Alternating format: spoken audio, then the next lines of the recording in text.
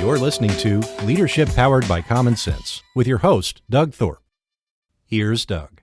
Hello again, everyone. This is Doug Thorpe, and you're listening to another episode of Leadership Powered by Common Sense. We're the show where we try to take your leadership challenges and break them down into some bite-sized ideas that are easier to understand and find ways to improve your impact and influence.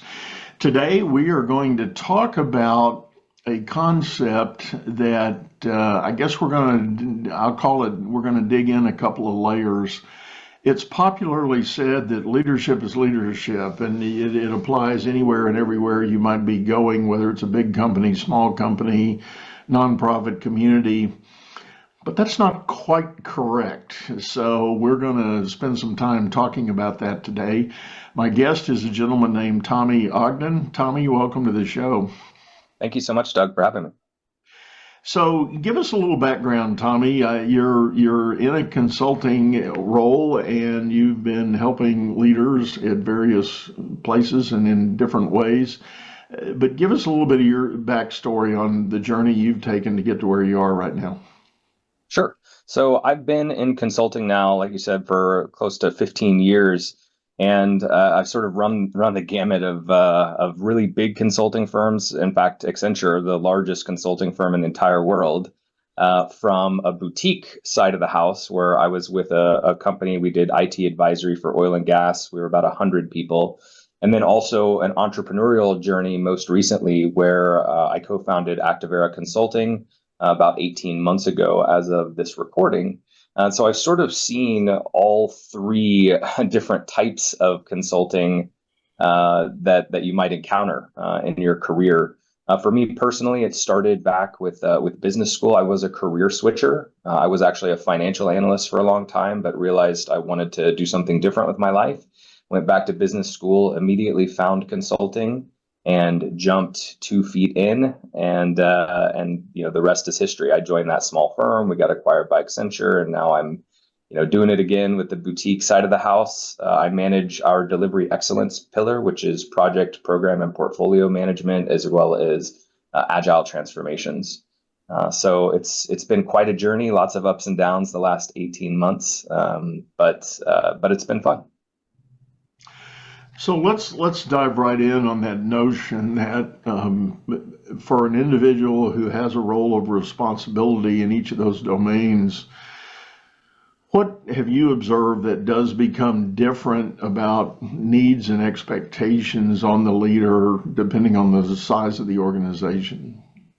Yeah, so one of the reasons I left Accenture and came back into the sort of boutique world of consulting was the flat hierarchy that you get with a smaller firm, right? Everybody sort of knows everyone. There's a lot of camaraderie. There's a lot of community. You have a much higher potential to impact the culture and engage with people and on that level. And that really appeals to me personally. I think there are people that go to Accenture and they spend their entire careers, wherever it is, Bain, McKinsey, KPMG, PwC, and they love it. Right? They're working with smart people. They're solving tough challenges, and they're career folks. For me personally, I didn't like the hierarchical nature. I didn't like the political aspects of it, and I'm going to get to that when we talk about sort of differences in leadership. And also, there's just certain strain that comes with being so large and being a public company and having shareholders that you have to worry about. Always. That's sort of in the back of your mind. And so I think for those reasons, it wasn't the right fit for me personally. But for others, that's definitely their ideal organization. And so I think there's just some differences. And I can talk a little bit more about the leadership challenges I ran into there if that's where you'd like to go. Yeah. Well, definitely, and I'll echo, because I too have had experience on all shapes, sizes, and forms of business, both government, military, small business, nonprofit, corporate, publicly traded.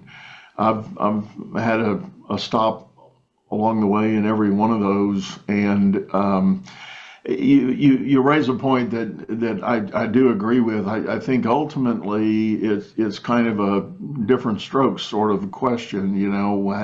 What's your personality suited to fit into, and whether or not you get on a management track and you climb a leadership ladder of some sort. Again, obviously that's a career choice, but for those who have done that, I think there is very much a foundational element of which environment do you thrive better in.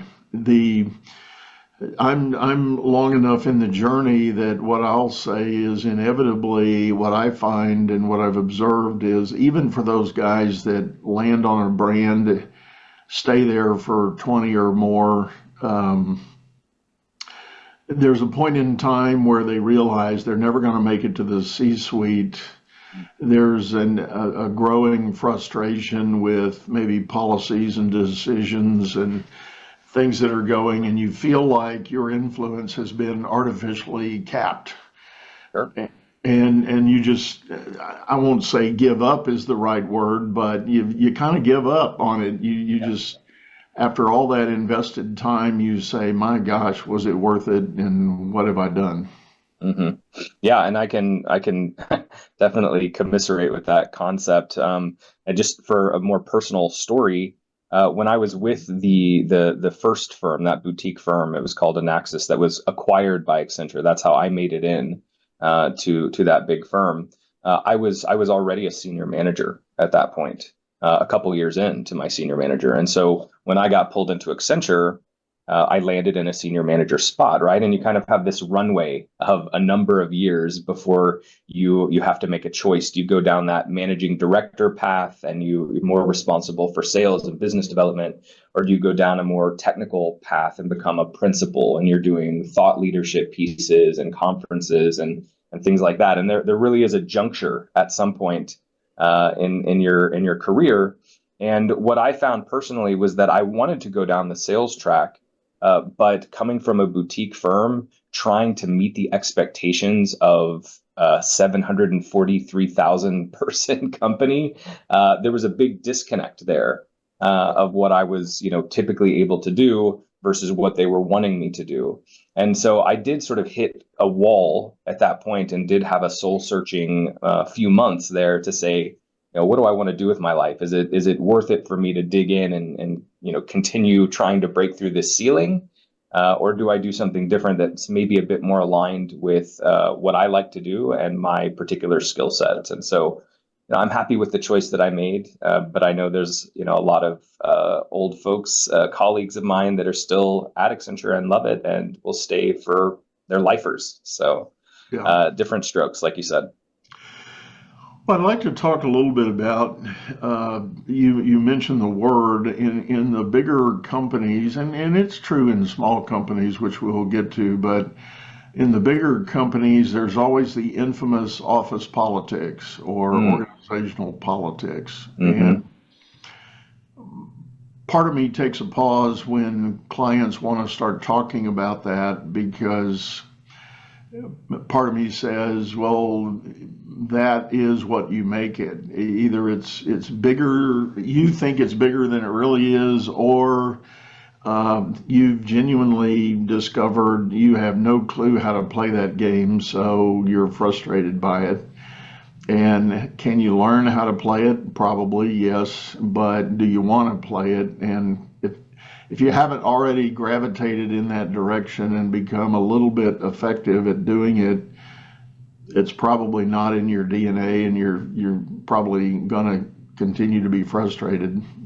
Oh my gosh, you are speaking my language. And that was always something that pushed me off a little bit, was that whole concept of politics. I'm very much, just personality wise, sort of a team player, right? I played rugby for about 15 years, and I really like the whole concept of working as a unit, trying to progress the ball down the field, right? In a joint effort with our own goals of scoring, right?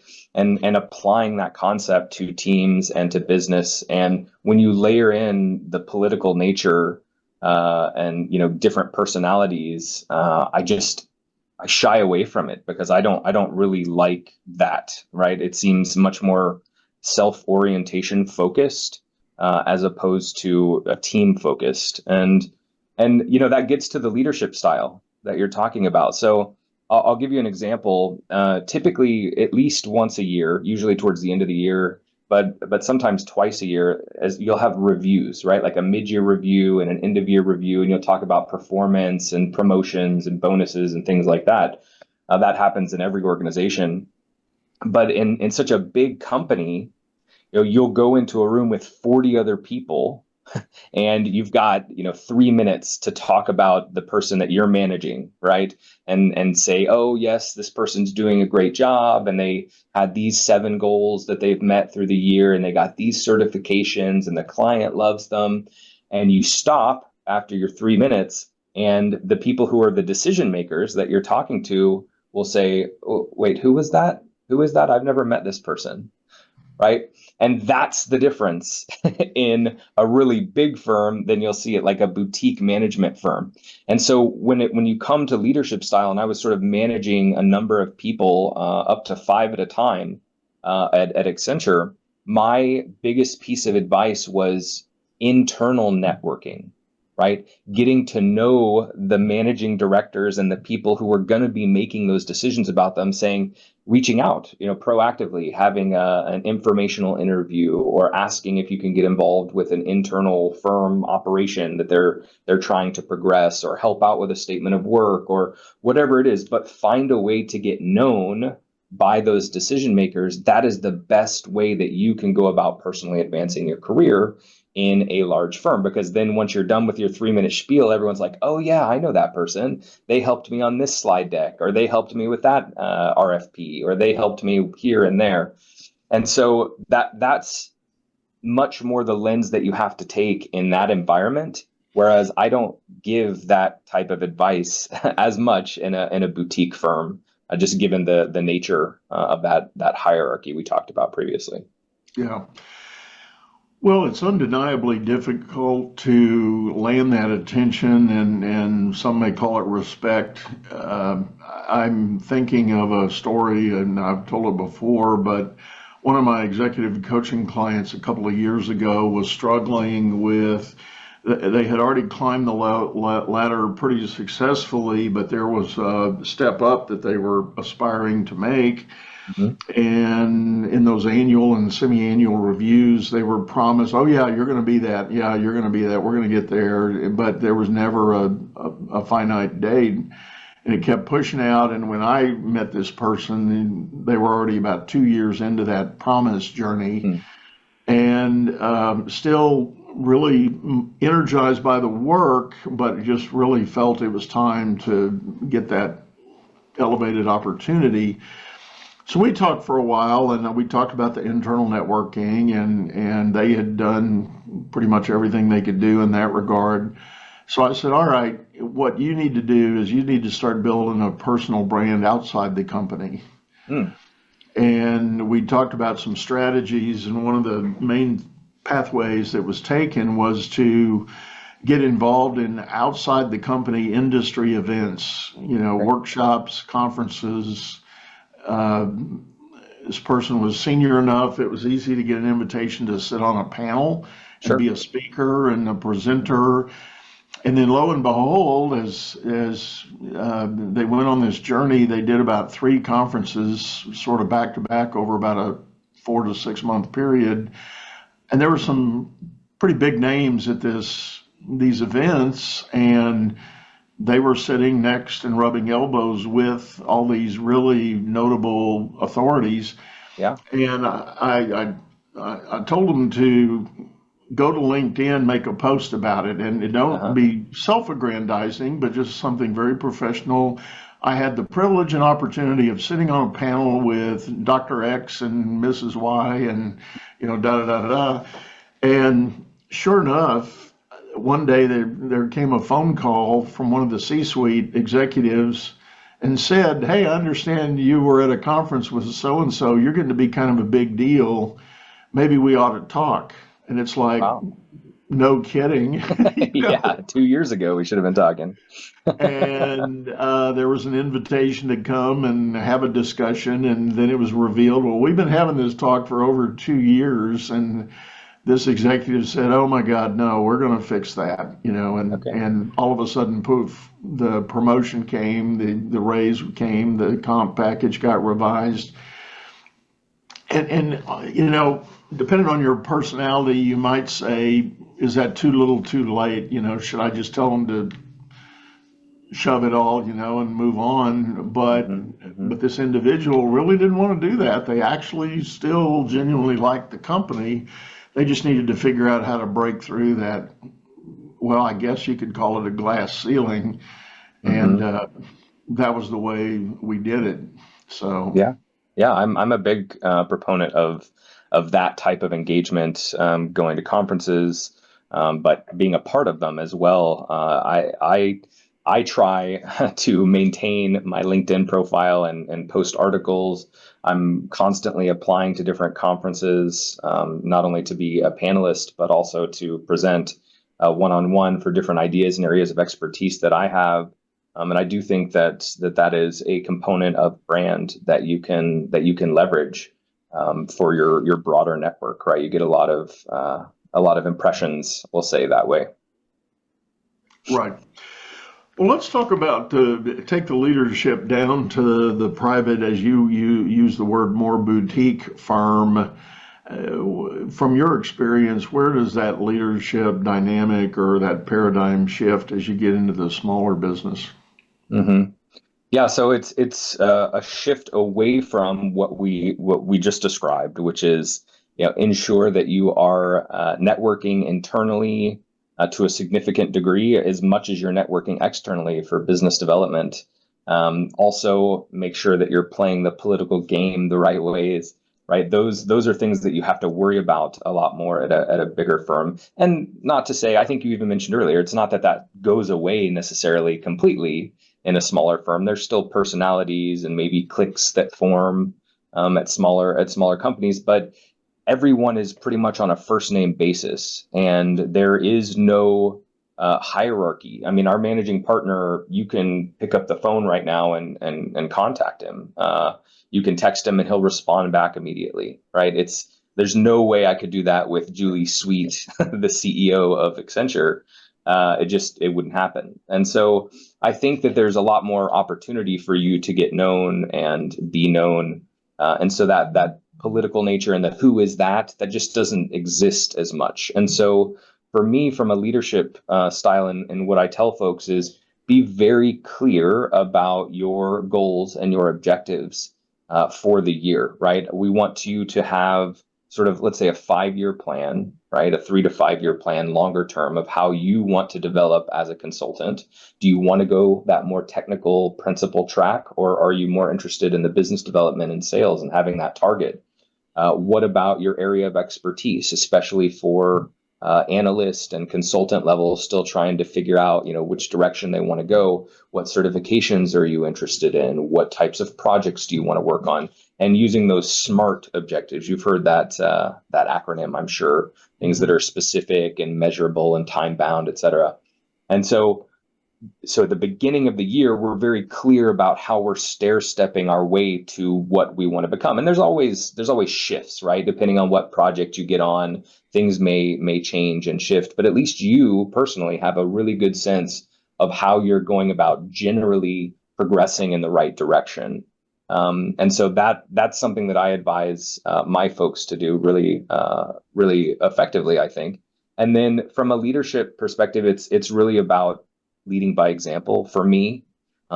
Again, a lot more visibility of what I'm doing personally in the firm, to try to show folks how you can go about presenting at conferences, and writing thought leadership pieces, blog posts, getting involved, starting a book club right internally to try to help out the firm, doing other events in the community, right? And so by going ahead and leading and showing people what I mean when I talk about setting goals and progressing forward with them, I try to do that myself, just to show them how it can be executed in an ideal way, hopefully.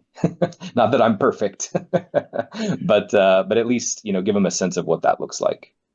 Well, Tommy, let me ask you this. In your own experience, where do you think your understanding and views on leadership and the leadership framework you want to show up delivering, where did all that come from for you? I mentioned it before, but it's got to be organized sports, right? There's an aspect of competition with that. There's an aspect of teamwork and camaraderie. If you get the ball in rugby, and the reason I like rugby more than American football is you can do everything, right? When I played American football in high school, I was an offensive lineman. What did I do? I stood there with my hands up and I blocked, or I like ran over and tried to block someone else. I didn't get to kick the ball or throw the ball or run with the ball. But in rugby, you get to do all of those things, right? And so it's a lot more fun, a lot more engaging. And I think that there's a no excuse sort of attitude, right? When you get handed the ball, it is your responsibility to make the right decisions and choices with what you do with that, right? If somebody's running at you and you're responsible, you're the last man standing between them and the try line, right? You've got to make that tackle. There's a lot of personal responsibility that comes, I think, in organized sports on behalf of the team. And I think that that's really shaped my view of leadership and how to work and function within a team is that if, I will volunteer to carry the ball. And I don't care what that looks like. Is that, mopping the floor because somebody spilled? Sure, I'll do that. I'm not above doing that. If that's what the team needs me for in that moment, I will do it. I'll go get coffee for everybody, right? I'm not highfalutin enough where I'm above something like that. It's really this mindset of we are a team. We need to get somewhere. You take your strengths and I'll take mine, and we'll get together and we'll progress this thing. And I'll pick up the slack where I need to. And it's really all come from, I think, from an organized sports perspective. Yeah. And when did you get your first opportunity to be designated as a manager or team lead or something like that in the business world? It was at that first boutique firm when I graduated. When I graduated business school, I came in actually as a senior consultant. And for those folks on the phone or on the call on the video aren't really sure of the corporate ladder as it relates to consulting, it's pretty standard, right? There's analyst, consultant, senior consultant, manager, senior manager, and then principal or director, and kind of going in those different diverging paths that we talked about earlier. But I came in as a freshly minted MBA senior consultant, and I didn't have anybody that I was managing at the time. But after 2 years, I became a manager. And actually, at that point, you're eligible to manage other people. But I remember after the first year of being a manager, I hadn't been assigned anybody, and that was something that I was interested in doing. And so I raised my hand again, saying, "Hey, I'd be interested in this. Maybe the next new hire that we have that's a consultant level, give them to me." And sure enough, right, another couple months down the road, that was my first opportunity. And it just grew from there. My manager became senior manager. And then, I had up to 3 people, I would say, at the boutique firm. And then when we got into Accenture, that moved to 5 people. And I would say really that was about the first time, and how it sort of snowballed afterwards. And, I love that aspect of the business, and, hope I can impart at least some guidance and insight based on my experience. But it's a lot of fun to see people grow and do well. Well, let me ask this. In your career arc, popular topic that I know I run into with most of my executive clients, what have you observed as changes in the workplace and in the workforce? These, like in your case, the consultants, analysts, the junior people that are coming into the game. Has there been a shift in the way they are showing up? Do you see any difference in what their expectations are today? I think some of it is just from external factors such as remote work, right?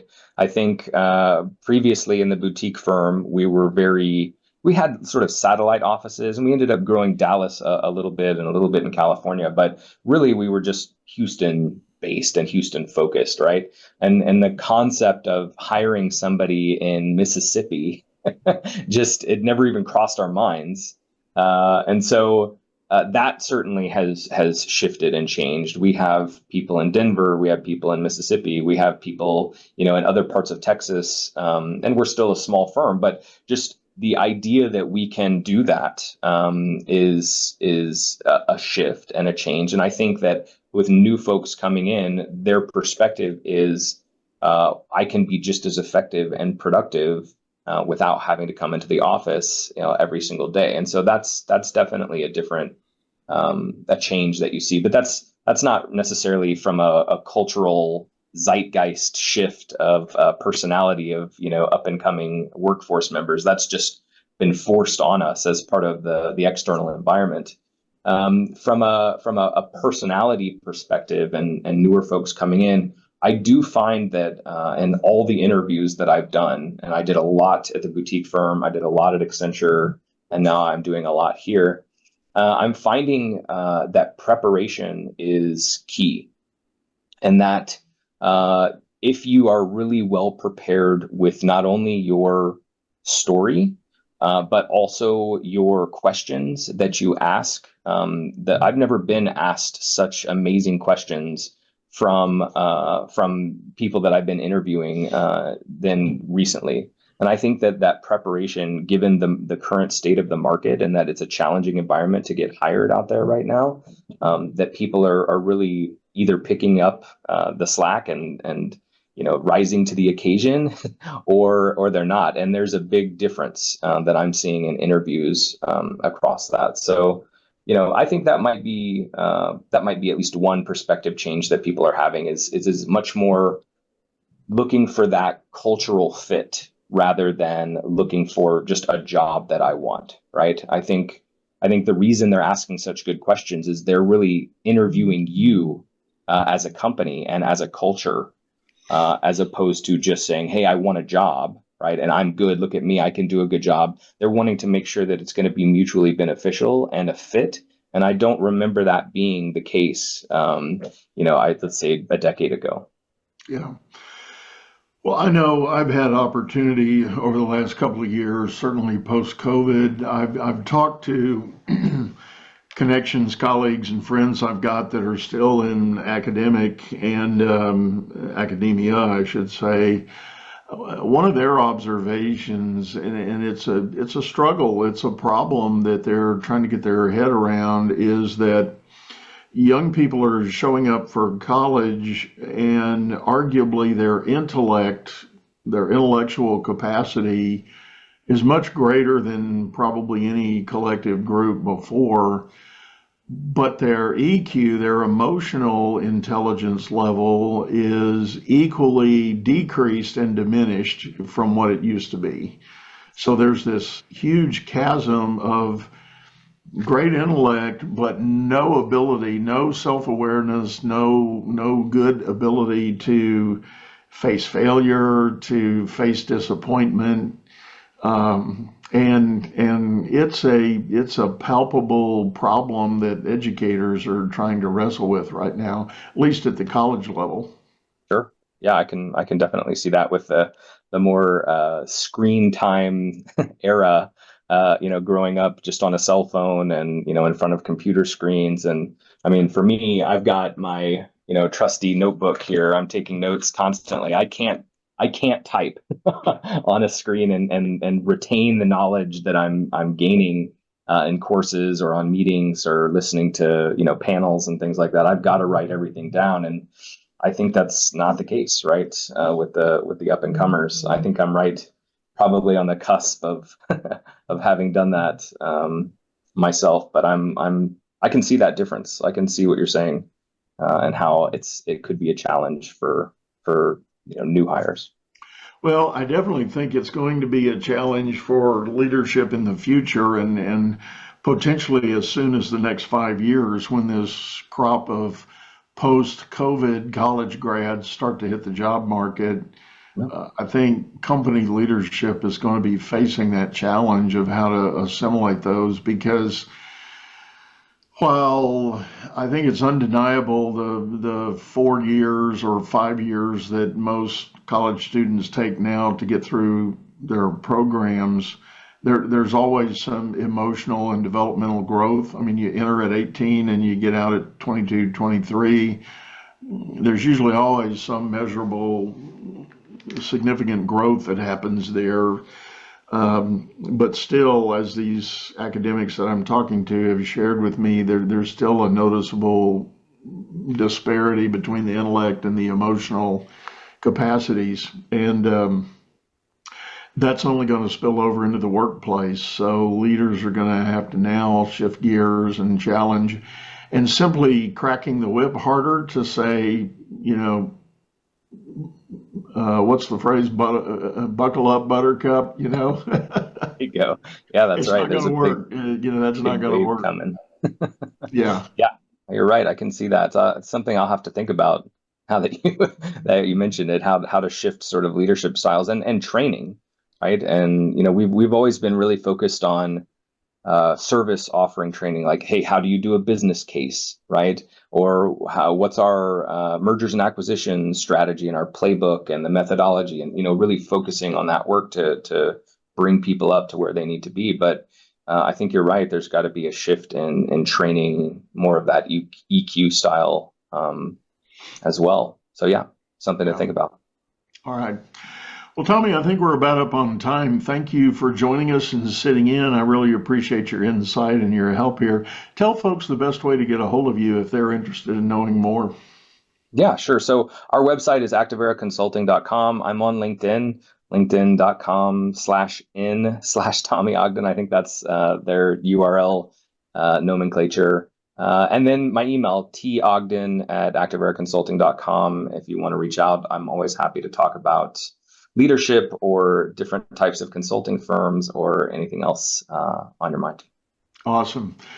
Well, one last time, thank you for sitting in. And folks, we're going to have those links in the show notes as always.